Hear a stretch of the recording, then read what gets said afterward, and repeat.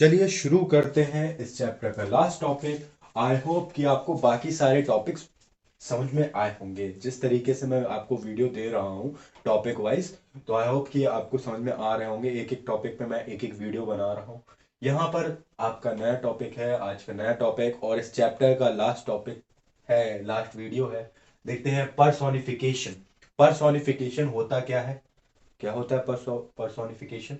तो पहले उसकी डेफिनेशन पढ़ लेते हैं, फिर समझेंगे, ठीक है। Adding human character to something non human. इसका मतलब क्या हुआ? मतलब हुआ कि किसी को रिप्रेजेंट, किसी चीज को रिप्रेजेंट करने के लिए हम क्या करते हैं, ह्यूमन कैरेक्टर को इन्वॉल्व कर लेते हैं। क्या कर लेते हैं? ह्यूमन कैरेक्टर को इन्वॉल्व कर लेते हैं। जैसे जैसे कि फॉर एग्जाम्पल मैं देता हूं, आप जी सिनेमा या कोई भी टीवी सीरियल्स वाले जो होते हैं, चैनल्स होते हैं, वो देखते होंगे, वो अपने अवार्ड शो कराते हैं, अपने अवार्ड शो कराते हैं। और जो अवार्ड शो कराते हैं तो ये जो अवार्ड होता है वो एक ह्यूमन कैरेक्टर के फॉर्म में होता है। एक वुमेन टाइप की बनी होती है, डिजाइन बनी होती है वुमेन की, ऐसे वो हाथ ऊपर करके जो भी है, तो वो बनी होती है, ठीक है। वही दे रहे होते हैं अवार्ड, है कि नहीं? तो वैसे ही रिप्रेजेंट करना किसी को, किसी ह्यूमन को, है ना, तो उसी को हम बोलते हैं एलोगरी। क्या बोलते हैं? एलोगरी। तो 18th और 19th सेंचुरी में क्या हुआ कि लोग क्या करने लगे, अपने नेशंस को रिप्रेजेंट करने लगे वुमेन्स को लेकर के, वुमेन्स कैरेक्टर्स को लेकर के रिप्रेजेंट करने लगे अपने नेशन को। तो वुमेन को ही क्यों चूज किया, मैन को क्यों चूज नहीं किया? तो क्यों क्यों क्यों किया ऐसा? क्योंकि वुमेन क्या है, वो लिबर्टी जस्टिस को शो करती है। किसको शो करती है? Liberty justice. लिबर्टी मतलब वो फ्रीडम, लिबर्टी रिप्रेजेंट करता है फ्रीडम को, जस्टिस रिप्रेजेंट करता है लॉ को, कि हम लोग क्या है अब, जस्टिस मतलब हमें इंसाफ मिल चुका है। तो लिबर्टी, लिबर्टी से समझते हैं लिबर्टी कैसे शो होती है, जब कोई रेड कैप पहना हो या ब्रोकन चेन दिख सिंबल दिख रहा हो आपको, ब्रोकन चेन, तो ये आपको लिबर्टी शो करती है, मतलब वो फ्रीडम शो करती है उनका। क्या करती है? फ्रीडम। और जस्टिस, जस्टिस का तो बहुत आसान है। आप अगर इंडियन मूवीज देखते होंगे तो जब भी आपको कोर्ट दिखाई देता है, कोर्ट दिखाई देता है, तो एक पीछे वुमेन होती है जिसकी आंखों में क्या होता है, पट्टी बंधी होती है, और एक वो तराजू टाइप का वेइंग, वेइंग स्केल अपने हाथ में टांगी रहती। इसी को बोलते हैं जस्टिस। वो किसको रिप्रेजेंट कर रही है? जस्टिस को रिप्रेजेंट कर रही है। तो वैसे ही फ्रांस और जर्मनी ने भी सोचा, क्यों ना हम भी किसी वुमेन को एज अ रिप्रेजेंटेटिव बना दें। किसका? अपने नेशन का। तो कौन से, किस वुमेन को उन्होंने बनाया? फ्रांस ने बनाया मैरियाने को। किसको? मैरियान को। और फ्रांस ने किसको बनाया? मैरियानी को बनाया, ठीक है। और जर्मनी ने किसको बनाया? जर्मेनिया को बनाया, ठीक है। याद रखिएगा, ये एक नंबर में आ सकता है। आगे टॉपिक की तरफ बढ़ते हैं, नेशनलिज्म एंड एम्पेरलिज्म। तो नेशनलिज्म एंड एम्पेरलिज्म, तो नेशनलिज्म तो आप जानते हैं, नेशनलिज्म मतलब क्या होता है, अपन इतने सारे वीडियोस में सुनते आ रहे हैं, नेशनलिज्म नेशनलिज्म नेशनलिज्म। तो नेशनलिज्म का मतलब होता है देश के प्रति प्रेम, ठीक है। तो एक छोटा सा टॉपिक है, एक छोटी सी स्टोरी है बल्कान्स के ऊपर। किसके ऊपर? बल्कान्स। तो बल्कान्स एक कंट्री है, एक बड़ी सी कंट्री है, बड़ा सा एम्पायर है, जो कि किसके अंडर में है? ओटोमैन एम्पायर के अंदर में। किसके अंडर में है? ओटोमैन एम्पायर के अंडर में, ठीक है। तो जो बल्कान है उसके अंदर बहुत सारी स्टेट्स आते हैं, जर्मेनिया, ग्रीस, है ना, रोमेनिया, ये सब आते हैं। आप एक बार मैप देख लीजिएगा चैप्टर में जो दिया हुआ है ना।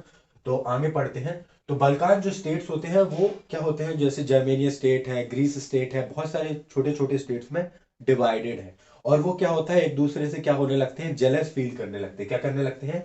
जेलस फील करने लगते हैं, और सोचते हैं कि हम अपनी टेरिटरी को एक्सटेंड करें। क्या करें? अपने टेरिटरी को एक्सटेंड करें। अब एक्सटेंड कैसे होगा?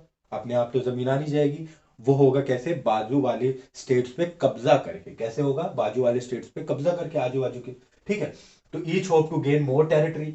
तो इसीलिए क्या हो गया, वो धीरे धीरे वन बाय वन क्या हो गए, वो वन बाय वन सारे इंडिपेंडेंट हो गए। क्या हो गए? इंडिपेंडेंट मतलब ओटोमैन एम्पायर से बाहर आ गए और खुद का नेशन बना दिया उन्होंने। वन बाय वन क्या हो गए, सारे इंडिपेंडेंट हो गए, ठीक है। समझ रहे हैं? तो जो ये प्रोसेस चल रही थी, वो धीरे धीरे क्या हो रहे थे, बिखर रहे थे, मतलब इंडिपेंडेंट हो रहे थे। तो बल्कान को बाकी चार लोग अच्छी तरीके से देख रहे थे गौर से, कि हाँ ये यहाँ पे ऐसी ऐसी प्रोसेस चल रही है। कौन कौन से थे वो चार लोग? चार लोग थे, Russia, Germany, England, Austro Hungary. ये चारों लोग देख रहे थे।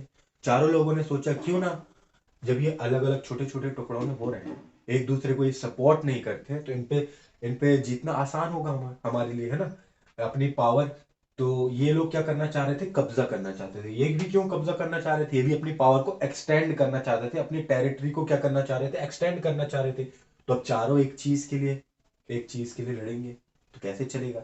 जैसे चार दोस्त हैं, बीच में एक समोसा फंस जाए, तो बेचारे उस समोसे का क्या हाल होगा, आप समझ सकते हैं, है ना। तो वैसे ही क्या होगा कि ये भी क्या कर रहे हैं, बलकांस के लिए लड़ेंगे। बलकांस, इसको भी चाहिए, इसको भी चाहिए, इसको भी चाहिए, इसको भी चाहिए, तो चार टुकड़े तो नहीं हो सकते, तो इसीलिए ये चीज क्या हो गई, इम्पेरियलिज्म होगा। क्या होगा, ये सब किसके किसके दम पे करना चाह रहे थे, इम्पेरियलिज्म। तो इम्पेरियलिज्म क्या होता है, extending power with the use of military in a particular region. मतलब अपनी पावर को बढ़ाना, किसके हेल्प से, मिलिट्री या आर्मी के हेल्प से अपनी पावर को बढ़ाना, उसी को कहते हैं इम्पेरियलिज्म। ठीक है। तो ये क्या हो गया, lead to the first world war, क्योंकि चार लोग थे, चीज एक है। तो ये क्या हो गई, आपस में उन लोगों की लड़ाई करवा दी। आपस में लड़ाई हो गई उन लोगों की, तो वो किसके लिए हो गई, तो वो किसको लीड कर गई, फर्स्ट वर्ल्ड वॉर को। तो यहाँ पर वर्ल्ड वॉर स्टार्ट कर दी उन लोगों ने। ठीक है। तो मैनी कंट्रीज वर कॉलोनाइज्ड बाय यूरोपियन पावर। इसका मतलब क्या हुआ कि 19th सेंचुरी में जब ये फर्स्ट वर्ल्ड वॉर चल रही थी, उस टाइम तक बहुत सारी यूरोपियन पावर्स ने ऑलरेडी बहुत सी कंट्रियों पे कब्जा करके रखा था। इंडिया पे किसने कब्जा करके रखा था, ब्रिटेन ने, है ना। ब्रिटिशर्स थे हमारे इंडिया में, थे कि नहीं।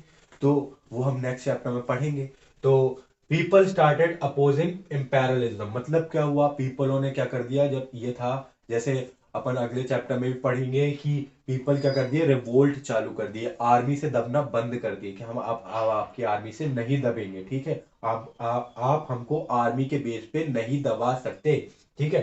तो एंटी एम्पेरियल मूवमेंट चालू कर दिए, बहुत सारे एंटी एम्पेरियल मूवमेंट स्टार्ट हुए। तो एंटी एम्पेरियल का अब डेफिनेशन आपको मिल गया होगा। एम्पेरियल मतलब जो आर्मी के बेस पे दबाने की कोशिश करे उसको एम्पेरियल बोलते हैं, और एंटी मतलब क्या होता है, उसके अपोजिट में, है ना। तो ये मूवमेंट बहुत सारी कंट्री में चालू कर दिए, कहाँ कहाँ पर, जहाँ पे सारे यूरोपियन पावर्स क्या कर रहे थे, कॉलोनाइज कर रहे थे कंट्रीज को वहां पर। ठीक है।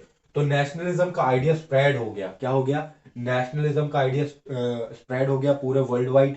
और सारी कंट्री क्या होने लगी, नेशनलिज्म, मतलब नेशनलिस्ट होने लगी, मतलब फ्रीडम चाहने लगी। क्या चाहने लगी, कि हमारी कंट्री है, आप क्यों रूल करें, हम अपना खुद देख लेंगे, आप अपने देश वापस जाए। ठीक है। समझ गए कि नहीं। तो यहीं पर आपका ये टॉपिक भी खत्म होता है। आई होप कि ये चैप्टर आपको पूरा समझ में आया होगा।